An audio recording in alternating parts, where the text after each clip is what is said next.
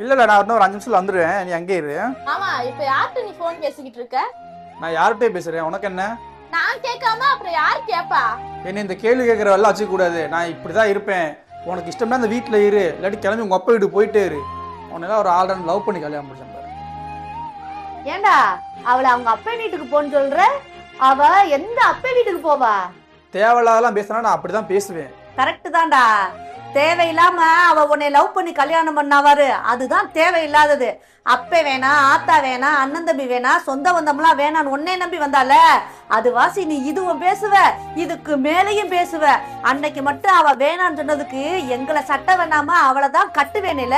இன்னைக்கு வந்து இப்படி பேசிட்டு இருக்க. இந்த மாதிரி பேசுற வேலையெல்லாம் இங்கே வச்சுக்காத. நீ தான் எப்பவுமே அவள் சண்டை ஓட்டிட்டு இருப்ப.